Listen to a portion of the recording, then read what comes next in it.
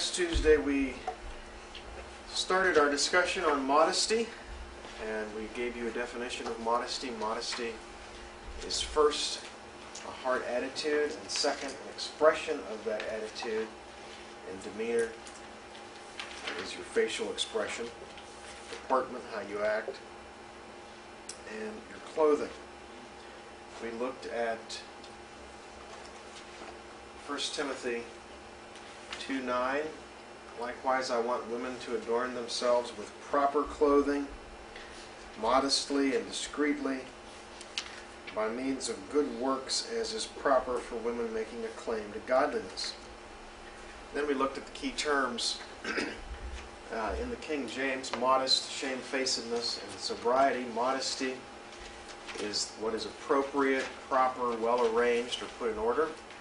Shamefacedness is that sense of shame or embarrassment that prevents us from doing an unworthy act. And sobriety is discreetness, the practice of good judgment, moderation, self-control in clothing choices.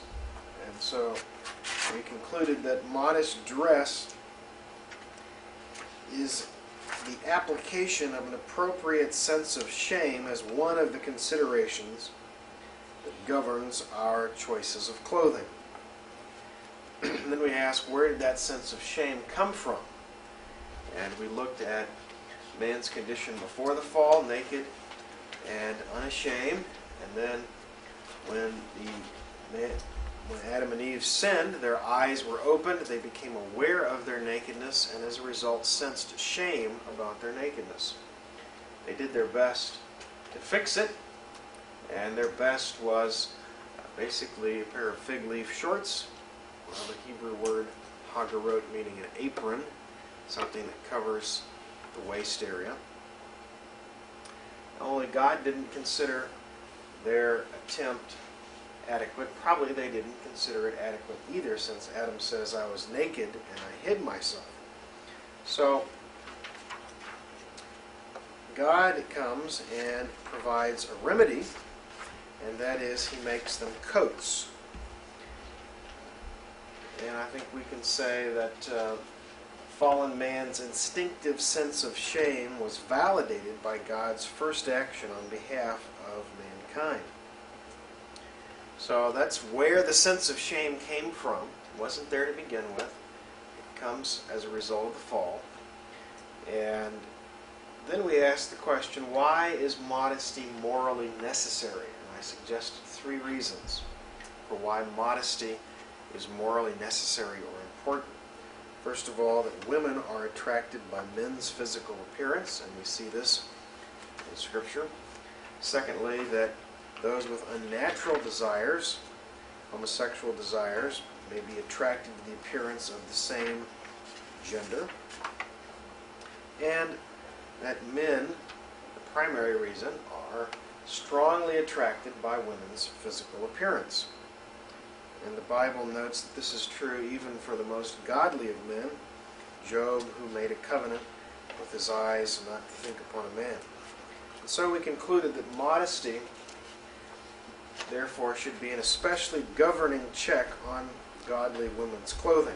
And I'm not sure whether we covered the next 2 slides, so we'll spend just a moment here. Christian liberty, what does modesty have to do with loving other people? Okay? How I clothe myself, most people are inclined to think, is a matter of personal taste, choice, financial capacity. But in fact, that's not all that's involved. When we clothe ourselves, we're loving other people, especially since modesty is a stumbling block over which many men stumble, get that corrected, and sin. Christian women cannot love their brothers in Christ and dress immodestly. Okay. I will talk about the responsibility that men have as well, probably 2 lectures from now. In addition, modesty in dress promotes purity of mind and chastity in living. It reduces the opportunity the enemy has to attack others through the lust of the flesh. And it also serves as a testimony to the world that God's people are a holy people. They're not like everybody else. They're different. Okay? So, that's a review of what we covered last time before the break. And now we're going to be looking at the biblical components of modesty. We've already looked at the attitude that Paul commends. Today we'll look at what the Bible teaches about nakedness itself and begin identifying those parts of the body or those areas of the body that are considered nakedness. And we will look at the Hebrew word for coat. So let's start with the biblical view of nakedness. And when you study the words naked, nakedness, and so on in Scripture, you find that there's three different senses for nakedness. Sense one, no clothing at all, complete absence of clothing. Sense two, exposure of the area from the waist down, the loins, thigh area, with the implication of sexual activity or without the implication of sexual activity. They're both called nakedness. And a third sense that most people don't know about is the condition of being lightly clothed, that is, without an outer cloak. Okay? A Jewish male's clothing consisted of a tunic over top of whatever undergarments he had, over which was a coat. Okay? The tunic was the basic garment equivalent to modern-day pants and shirt, or to dress, skirt, and blouse, and over that is worn the coat, which is usually heavier and warmer. Okay? To not have that coat and to be exposed to the elements only in your tunic is called nakedness in Scripture. Excuse me. So, here are the texts where we learn some of the texts, not all of them. Nakedness is complete nudity. Of course, we've already looked at Genesis 2 and the Garden of Eden. In Job 1:21, naked came I from my mother's womb, naked will I return. Obviously, you don't come out with clothes on, and you don't take any clothes with you. In Ezekiel 16, Israel is pictured as a young woman, actually a baby, wallowing in its birth, blood, and mess, and God comes along and rescues it, and this baby, which is a baby girl, grows up to a young woman but has no clothes on, and she's naked. God comes and clothes her and marries her. This is an allegory, a picture of God's relationship with Israel. So no clothing there as well, called nakedness. Nakedness as exposure of the loin thigh area. You have texts that relate to sexual activity. My second bullet here, Leviticus 18 and Leviticus 20. In Hebrew, the euphemism to uncover the nakedness of is a phrase that refers to have sexual relationships with. Okay? So, this of course makes sense physiologically. That phrase could communicate that idea. Leviticus 18 and 20 proscribe what we call incest. Okay? So fathers don't marry daughters, brothers don't marry sisters, nephews don't marry aunts, nieces don't marry uncles. All of these close relationships, marriage relationships, are for the very first time in human history forbidden. Okay, right? Prior to the 1400s BC, God did not say that it was wrong to marry your sister, your aunt. Now it does seem a little unnatural to marry a daughter, but even that, as far as I know, was not proscribed. So, just in case you don't already know this, Cain would have married his sister, And lots of people would have married close relatives frequently and without any kind of genetic problem, because Adam and Eve's genetic information was essentially untainted, and it wasn't until approximately 3,000, maybe even 4,000 years after the fall that human the gene pool had accumulated a sufficient number of mutations and problems to make close intermarriage harmful. My understanding is that the prohibition against incest is not a prohibition against some kind of immoral activity that's inherently immoral, but rather it's a prohibition designed to guard God's people from the dangers of genetic mistakes. If you know anything about people who accidentally or intentionally marry even close relatives, first cousins, second cousins, and so on, there's all kinds of diseases and problems associated with that because of the overall human gene pool being corrupted. Okay. Any questions about that? Maybe that's new information for some of you. How many knew that Cain married his sister? You already knew that. Okay, good. All right. It can refer to exposure of this area of the body, loins, thigh, that's not related to sexual activity. I'll talk about these verses here in a minute. Here are the texts that talk about nakedness as being without one's outer cloak. In Deuteronomy 24, verses 12 and 13, God says that if a poor man gives you his coat as a pledge, let's say the poor man comes to you and says, I need to borrow your plow for a couple days to plow my field. I don't have any collateral to make sure you get your plow back. Here's my coat as collateral, okay, a pledge. Well, God says you're not allowed to keep the man's coat overnight because he doesn't have anything to keep him warm. You shall surely return his coat at the end of the first day. Okay, and I assume he would bring it back in the morning as your collateral. Kind of an unhandy thing, but nonetheless, since he's poor, he needs his coat to sleep in. If you don't do that, you're leaving him exposed to the cold.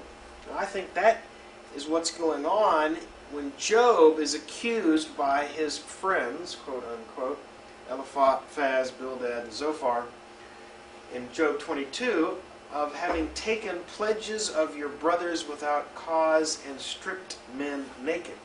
Doesn't mean he took all their clothes off. It means that he took the garment that a poor man needed to protect him from the cold. Or in Job 24, they, the poor, spend the night naked without clothing and have no covering against the cold. It's the wicked who caused the poor to go about naked without clothing. Again, we're not talking complete absence of clothes, just this outer protective garment. Okay. Any questions about these texts of Scripture? All right. Now, from a biblical perspective, that's what nakedness is. The Bible also clearly says that nakedness is shameful. We've seen this in the Garden of Eden, and actually there's quite a number of scriptures that I don't have on my slides that indicate that nakedness is shameful from God's perspective. One of the punishments that God brings upon Israel for her idolatry and unfaithfulness is that he will expose their nakedness. Isaiah 47 talks about, I will lift your skirts over your head and expose your nakedness. And of course, even in the New Testament, we find God saying to the church at Laodicea that you are naked and don't know it. Right? And now, that's figurative, it's not literal, but again, that's even in the figurative language, the point is that they're in a shameful condition. Okay? I frequently have people ask me, not really in this topic, but when we get to 1 Corinthians 11, but let me go ahead and address it here. Okay, so something's a shame from God's perspective, but is it sinful? Okay. There are some things that God says are shameful, but that He doesn't explicitly say are sinful. Are shameful things sinful? And my answer to that is that since God has designed us to bear His image and bring glory to Him, how can we who are the image bearers of God do things that are shameful without shaming the one whose image we bear? Okay, it's kind of like a policeman who's wearing the badge and driving the car, and he's seen going into a house of prostitution. He's found involved dealing drugs. Okay, what's he doing to the entire institution of the law and the police department? Right? As a representative of the law, he is bringing shame and reproach to the entire establishment. So I think that when we do things that are shameful, it's not just about whether I feel embarrassed or I feel ashamed, but when God pronounces a thing as shameful, that means that it even brings shame to Him as our image. All right. God requires nakedness to be covered. We've seen this in Genesis 3 with Adam and Eve, but let's look at Genesis 9. This is an interesting text that I find that many people have not thought about. The basic story is that Noah gets off the ark, he plants a vineyard. Several years go by. We don't know exactly how many, but it takes a while to grow a vineyard, produce enough grapes to make anything. Maybe 3, 4, 5 years. And then Noah gets drunk. Why did Noah get drunk? Well, I don't really know why Noah got drunk. I want to give Noah the benefit of the doubt and say, well, maybe he just wasn't aware of what he was drinking. So that sounds kind of weak, doesn't it? Well, actually, we've discovered in the geological column, fossil records, evidence that the world before the flood actually had a significantly higher atmospheric pressure than our world has. And we find 50-foot fern fronds. When's the last time you were walking through the wood and saw a fern that was 50 feet long? Okay, ferns never grow much higher than this today. Okay, we find dragonflies with wingspans of 3 feet. That's quite the dragonfly. Okay, we find foot-long cockroaches, foot-long scorpions. We find, in general, most of what we have today only in larger form. Okay, beavers the size of bears. Okay, and one of the explanations for that is that a higher atmospheric pressure in terms of plant life provides for greater growth. We can prove this in a modern greenhouse. Increase the atmospheric pressure and you can get giant pumpkins, giant carrots, giant tomatoes, just with increased atmospheric pressure and humidity that goes along with that. So probably the flood altered the Earth's atmospheric conditions, which meant that growth changed. Probably you had grapevines that produced a whole lot less grapes, smaller grapes. Okay, it may have changed fermentation rates. Who knows? So I want to give Noah the benefit of the doubt and say that he didn't mean to get drunk.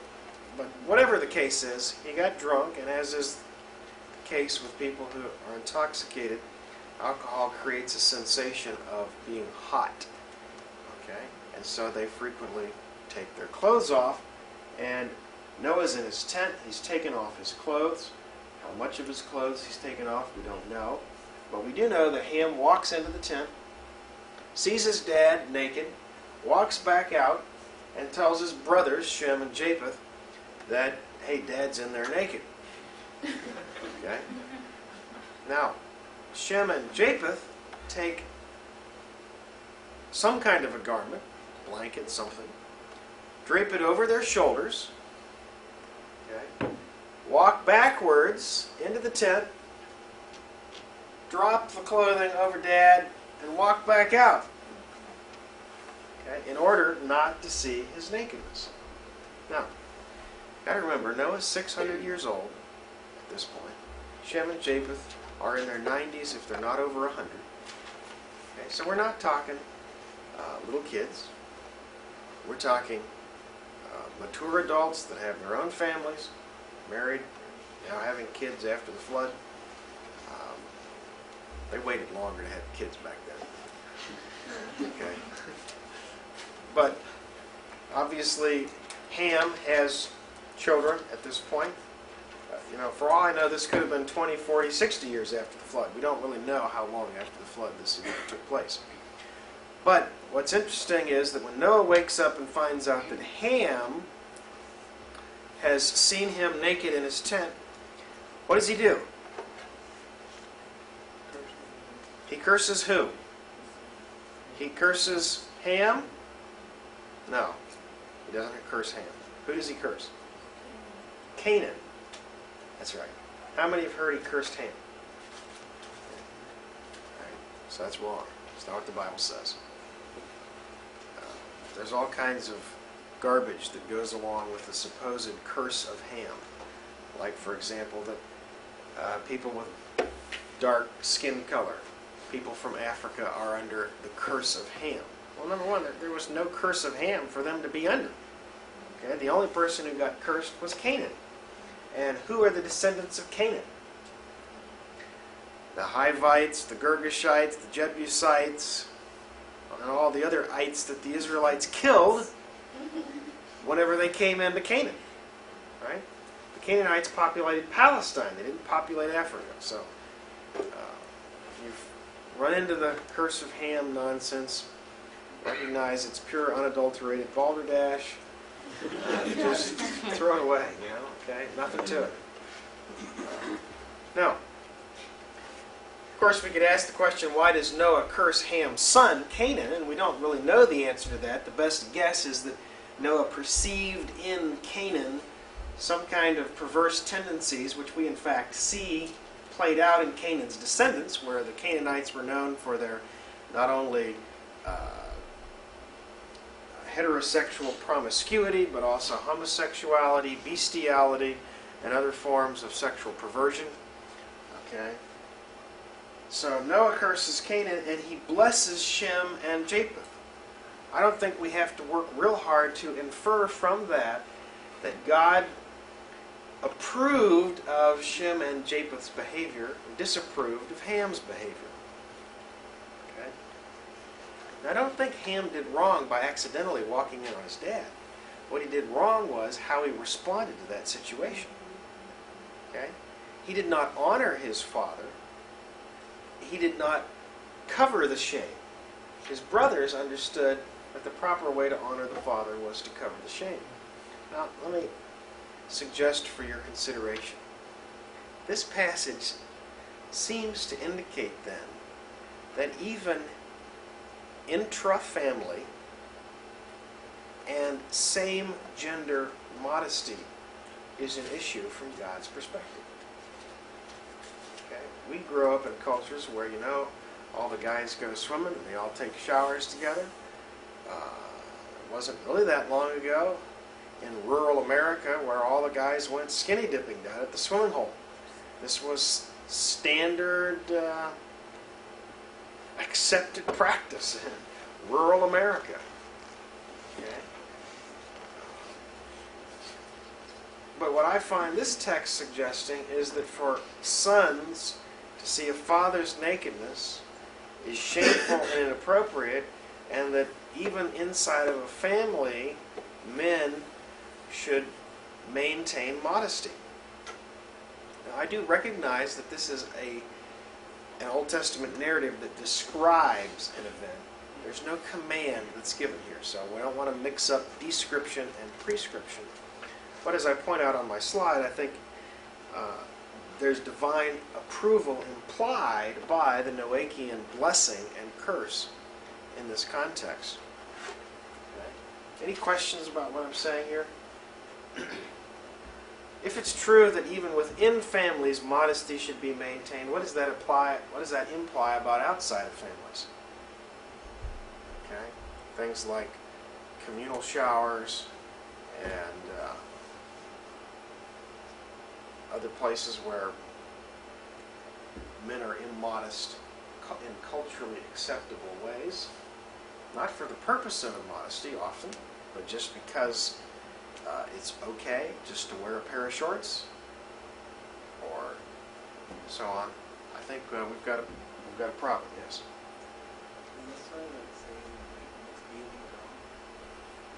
I'm not talking about mixed baking. I'm talking about same gender modesty, or it's just the guys. Let's look at this right. You're saying that you shouldn't like shower together or go to the beach together, or you're dressed modestly. Like, Yes, that's what I'm saying. what if you are dressed modestly, a shirt, not shorts, sweating, you should. Okay, let me hold off on answering that question for a moment. Okay? Again,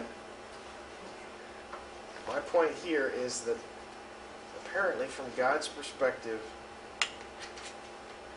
the right thing to do is for within family members to maintain modesty, and that it's inappropriate.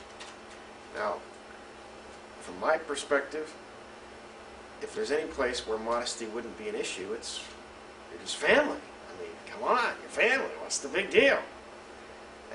And I look at this text and I say, well, okay, apparently my perspective's skewed. But I bring this up for consideration. We've got another text here that relates here in just a moment to same gender modesty. I do find Hosea 2:9 interesting, where God says, I'm going to take away my wool and my flax given to cover her, that is Israel's nakedness. Which implies that the reason God created sheep with wool and created a plant called flax was so that there would be material available on the earth for the purpose of clothing. In other words, God anticipated the fall, the necessity of clothing, although maybe He intended to make clothing even if there was no fall. And flax we use to make linen, or they use to make linen. And so this is part of the creative design, clothing. Exodus 20:26 is important. We need to know the historical background. In Exodus 20, we've got the Ten Commandments, right? This is the chapter of the Ten Commandments. The Ten Commandments are given right after God brings Israel out of Egypt to the foot of Mount Sinai. They've been out of captivity 3 or 4 months. Okay? There's no Levitical priesthood. There's no tabernacle. There are no priests. The only person who's acting as a priest for the entire 2 million people in the nation of Israel is Moses. Okay? He's the go-between. So, what happens if you want to offer a sacrifice? Well, your husband or the head of your clan, okay, is going to be the one who's going to build an altar and offer the sacrifice for you, just like Job did for his family at this point. So, right after God gives the Ten Commandments, same chapter, just a few verses later, here's something God says. You may not go up by steps to my altar, so that your nakedness will not be exposed on it. Okay? The average, well, the height of the altar in the tabernacle was 4 foot 6 inches, so that's going to be about right here. Okay, 4 foot 6 inches. It was 3 cubits high, 3 cubits wide, deep. So, we've got an altar if you're going to get a bull up on an altar like this, you don't just reach down and grab a 300-pound bull and say, up here on the altar. Okay? Too heavy. Right? So typically altars were built with steps leading up to the surface so that you could walk your sacrifice, your lamb, your ram, your bull, up there to place it on the altar. God says you can't do that. Why? So that your nakedness will not be exposed on it. Okay, now this is important because this does not apply to priests. This applied to everybody in the Israelite community. Anybody who was involved in offering a sacrifice on an altar was not allowed to walk up by steps. Why? Well, because if you walk up 4 feet high, you bend over to mess around with the sacrifice, that's what people are going to be able to do. See up your robe. That would be exposing your nakedness. So right there at the very beginning of Israel's covenant relationship with God, God is concerned about modesty. Okay? That other people not see another person's nakedness. Now, 8 chapters later, we get the description for the tabernacle. We've got God saying, okay, I'm going to take the Levites for myself as my priests. And we now get the beginnings of a Levitical system, a priestly system. And part of the clothing for the priests, who are now going to be offering the sacrifices, is you shall make for them linen breeches to cover their bare flesh. They shall reach from the loins even to the thighs. Okay? I always thought that the word loins referred to genitalia. Actually, the word loins refers to your waist. It's where you wear your belt. If an ancient Jew had a cell phone, he would have hung his cell phone on his loins. That's the Hebrew word, okay? Right here on the side.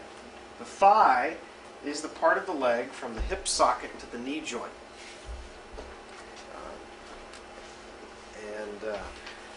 My research into the Hebrew uses terms for leg and for shin and thigh have confirmed this. I was interested a couple of years ago when I went to Israel to the Hebrew Institute for Temple Studies. I'm not sure I've got the name right. But there's a place, a group of people, a group of Jews in Israel who are just waiting for the Messiah to appear to rebuild the third temple. They already have the cornerstone for the third temple ready. They've got priestly garments made, the high priest's mitre, turban, breastplate. They've got the tongs, golden tongs for taking things on and off the altar, the golden pans for scooping up the ashes and the embers. They've got basically everything in place to immediately restart the entire temple process as described in the Old Testament. And they have the things that they've created on display. And when I was there, they had on display the Jewish garments, and specifically the breeches were displayed. Breeches looked like what I would call a pair of knickers.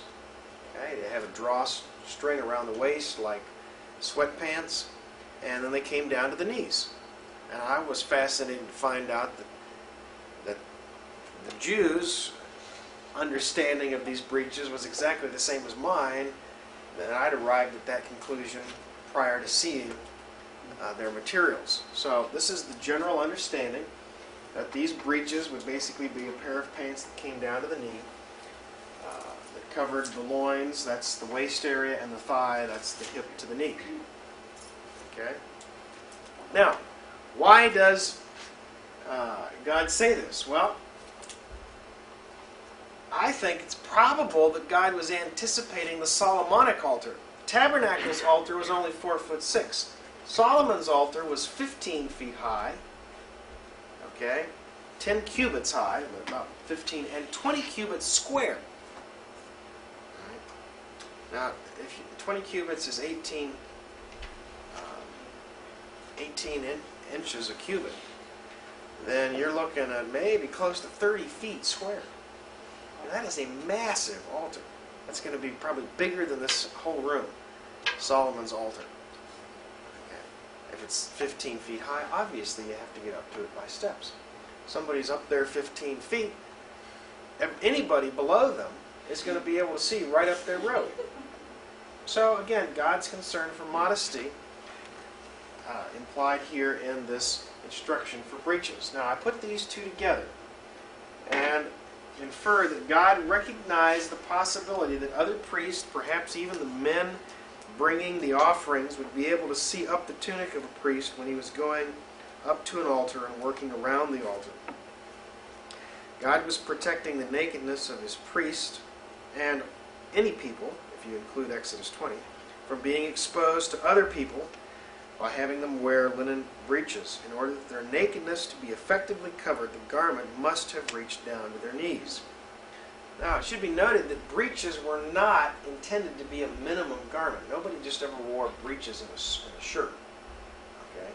Breeches were undergarments, and over the top of that would have been the tunic, which would reach most likely to the mid-calf, if not down to the ankle. Any questions about what I've been saying so far? Following? Okay. So I conclude then that the knee is the irreducible minimum for modesty in the length of a garment. Any exposure of the leg above the knee is nakedness and is immodest. To meet this God-given standard in our society, a person's clothing should prevent exposure to view of the area from the hip to the knee. How much of the leg below the knee should be covered will be determined by the cultural standards of the society you're in. If you're in a Middle Eastern society, you're going to probably be down to the floor. You know, depending on the time of year and the styles, it's mid-calf here. Other times skirts are up to the knees. But the point is, the knee is the irreducible minimum. Now, God considers any style of dress that uncovers or reveals the thigh, that is the area from the knee to the hip, to be nakedness and therefore immodest. Therefore, the leg from the knee up must be concealed through the proper use of clothing. Loose enough, thick enough, properly designed so that the leg remains covered no matter what the activity. I'm not going to argue about which part of the knee. I just think that's stupid. Okay, everybody's got a knee. You know where your knee is. Okay, and you know where your knee stops. I mean, there's the knee, and then it's not knee anymore, right? So anything that's not knee is thigh. Okay, and so from the knee up is to be covered. Okay, any questions about what we're saying here? So this is how we determine the length of a garment. A garment must at the minimum come to the knee. Okay? That's the minimum. And as far as I know, that minimum was never the standard in Israelite culture. Their garments always came lower than the knee, usually mid-calf or to the ankle. Okay? But that is the minimum. All right, let's talk about a coat. The word translated coat in Genesis, as well as elsewhere in the Old Testament, simply means garment. Okay? It doesn't have overcoat connotations or anything like that. It's just a garment. And it was worn by both men and women. The Hebrew word here, I've got on the screen here, katanet. That's the Hebrew word translated coat. You need to know that word. I think it shows up on my test for this section. The high priest wore a robe over his katanet, but priests did not. Okay, they wore only a sash around their katanet. So this katanet is your basic outer garment. It's what you would wear as a man or a woman as your basic outerwear. Okay? That it was tied or bound with a sash, as well as the fact that this was all that the ordinary priest wore, suggests its length extended well below the waist. Now the reason I even say that is that I ran across some Bible dictionary somewhere that suggested that the Hebrew word for coat was a tunic, and then they say it came only down to the halfway down the thigh. Okay, now I haven't since been able to find that source, and everybody else I've studied, all the lexicons and all the material, say no, that's ridiculous. Tunics always came at least to the knee, and normally they came much lower than that. But the point is, I'm just looking at the evidence here. It was worn over the priest's undergarments, which would have come down to the knee anyway, and it's described as having a mouth, that is, a neckline which may bind or constrain the wearer around the neck. Okay, I want to look specifically at that verse in Job 30. King James says, "By the great force of my disease is my garment changed. It bindeth me about as the collar of my coat."